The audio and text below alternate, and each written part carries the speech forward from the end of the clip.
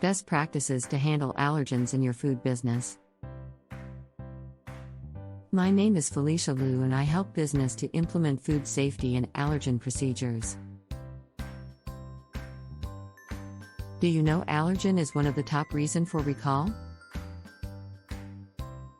Here are some ways that you can prevent yourself from managing allergen recall. 1. Implement allergen control procedures. Develop and enforce strict allergen control procedures, including proper labeling, segregation of allergenic ingredients, and clear communication throughout the supply chain. Ensure that all ingredients are clearly labeled with potential allergens. 2. Train employees on allergen management. Regularly train all staff on allergen management, emphasizing the importance of preventing cross-contact.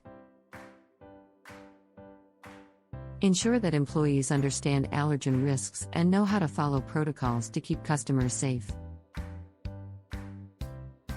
3. Maintain a clean environment. Establish cleaning protocols specifically designed to prevent cross-contact of allergens.